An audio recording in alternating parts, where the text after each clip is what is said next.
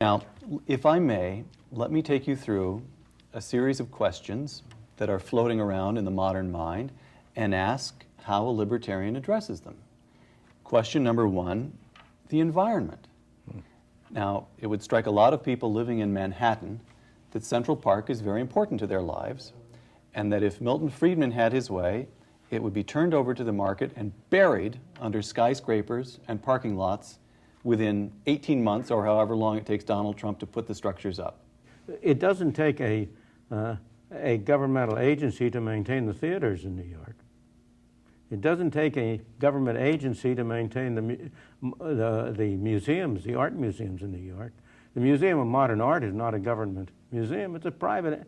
It happens to be there are two kinds. There are private for-profit enterprises, there are not-for-profit enterprises, like the museum, like the Opera House, and so on. Right. In the same way, if Central Park were not owned by the government, it never would have become the filthy place it became. You forget what happened to Central Park.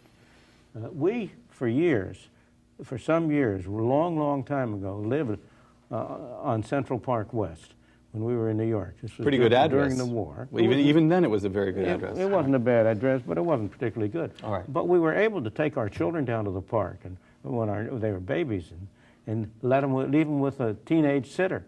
And nobody was worried about safety. But in more recent years, until the very recent years, Central Park came to be a place where you wouldn't dare to do that. It wasn't safe.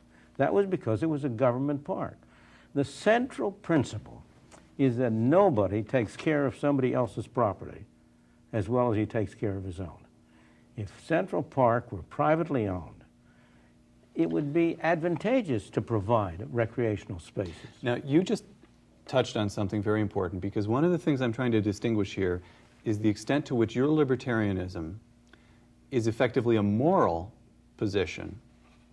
You do it because it's right and just.